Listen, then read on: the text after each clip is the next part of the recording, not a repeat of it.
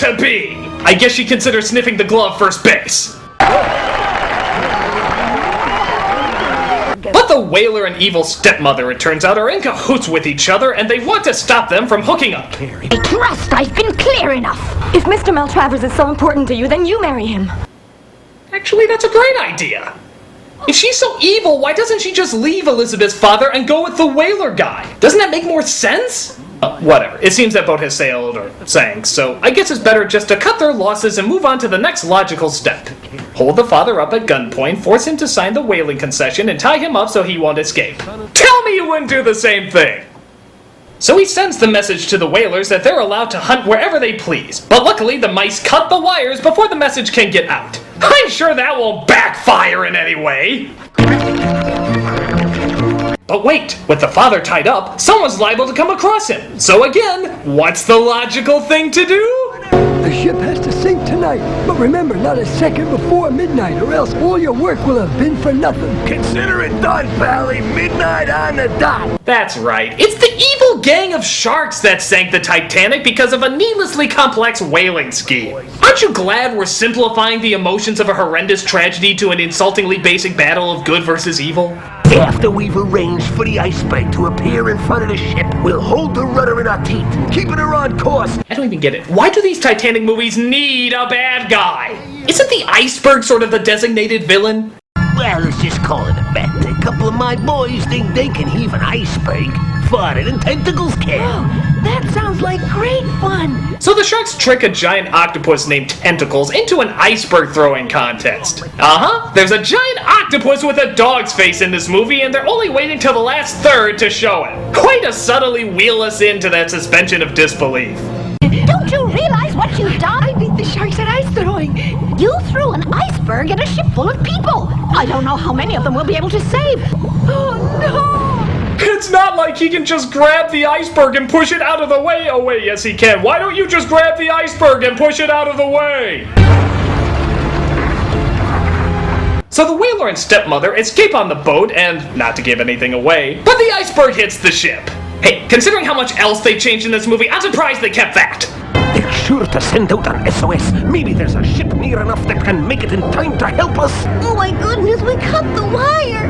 You didn't repair it after? That's against every rule of the Seamouse Maritime Union. We spent 2 hours talking about ship protocol and you didn't even follow it? A pox on you! So they try to fix the wires with the help of another mouse named Camembert. Get it? It's a cheese! But the wires won't stretch far enough, so there's only one thing to do. I got it. Connect wire through my mustache. Yeah! What? Yes, this will be an incredibly funny scene if it didn't end up killing him. No, seriously, it ends up killing him. Look! Oh, Camembert, what a hero. Okay, there's a lot of moments in a Titanic movie where you're supposed to have a serious death scene. You picked one, and it's a fucking wrong one! Oh, and unlike that downer Cameron movie where there weren't enough lifeboats, this film sets the record straight. There's room for everyone! See? There's room for everybody! What, did you think those idiots at the History Channel knew what they were talking about? No, it's the version with the giant talking octopus that has it right. So Elizabeth and Joe find the father and set him free, allowing him to get on the lifeboat. Thank God Daddy's safe. Why doesn't the daughter go too? Or for that matter, why not the boyfriend? Didn't you just hear the guy before? There's room for everyone! So hop on board! It doesn't matter if you have testicles in this movie, you can still make it out! But don't worry, Tentacles is there to put the ship back together. That's right, he's putting the ship back together! And just in case there's any confusion for this being mistaken for a tragic act of nature... The truth is, it's all my fault. No, Tentacles, it's not your fault. This all happened because of an evil, greedy human being. You heard it right there, folks! It was all because of an evil human being. The realities of life don't play here. Hey, the next time a family member dies, just tell your kid a whaler did it. It's all cool. I mean, hey, as long as you can fucking blame something! One of my tentacles slipped. I have to go back down. So while you're pondering why an octopus has to hold his breath to go underwater, it turns out that dolphins have good news. The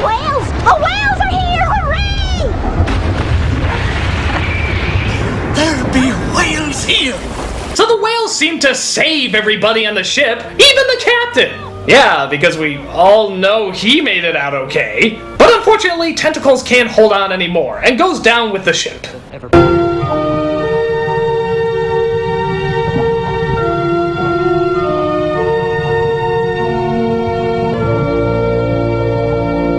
That sucks. But we have a wedding to cut to. That's right, Elizabeth and Joe finally got married, as did Grandpa Mouse and that blonde who he only shared one line with. Seriously, do these guys ever start a dialogue? When suddenly, their attention is drawn to the river. I have the most wonderful surprise for you! That's right, Tentacles is alive! And look, even Camembert, with no explanation whatsoever, somehow made it out okay. I thought you were dead.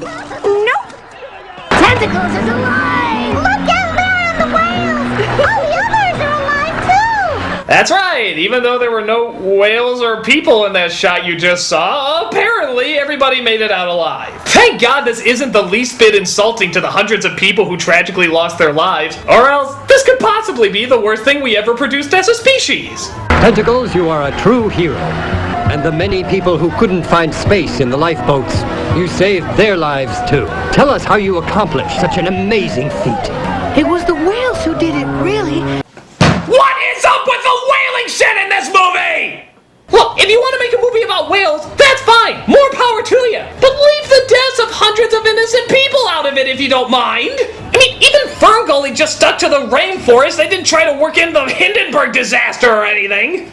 So this Ronnie is Granny Stella's brother! So flashback to present day as the kids realize Grandpa has clearly gone off his meds and made this entire story up. That means nobody's hunting the whales any longer. Is that right? Unfortunately, no, children. There'll always be another Everard Maltravers. Their names may change, but their evil lives on, and the whales are still hunted. Oh Christ, shut up! I hope we nuke those fuckers so we don't get any more movies like this! You heard, children. Enough is enough. Your grandfather loves to tell stories, but like all sailors, you shouldn't take him too serious. Understatement of the fucking millennium! Oh, Connors. So just to recap, everybody, nobody died on the Titanic, animals can talk with moon magic, sharks form underwater gangs, whales are Jesus, and the reveal of a giant talking octopus in New York got absolutely no media attention whatsoever. So, to sum up... Nope, I need a minute.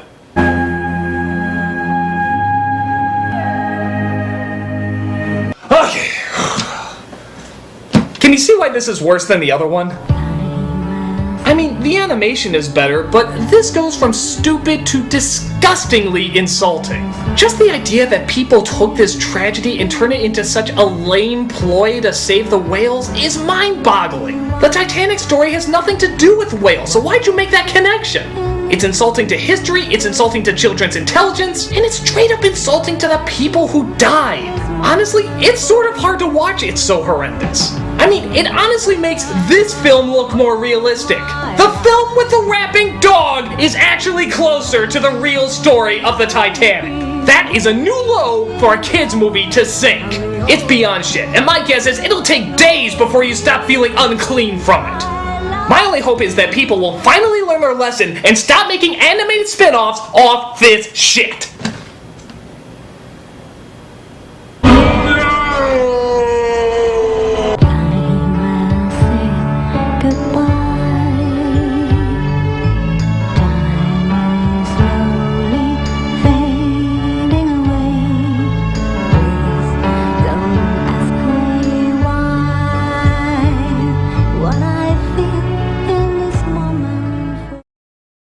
Well, there's one thing I'm not, and that's a racist.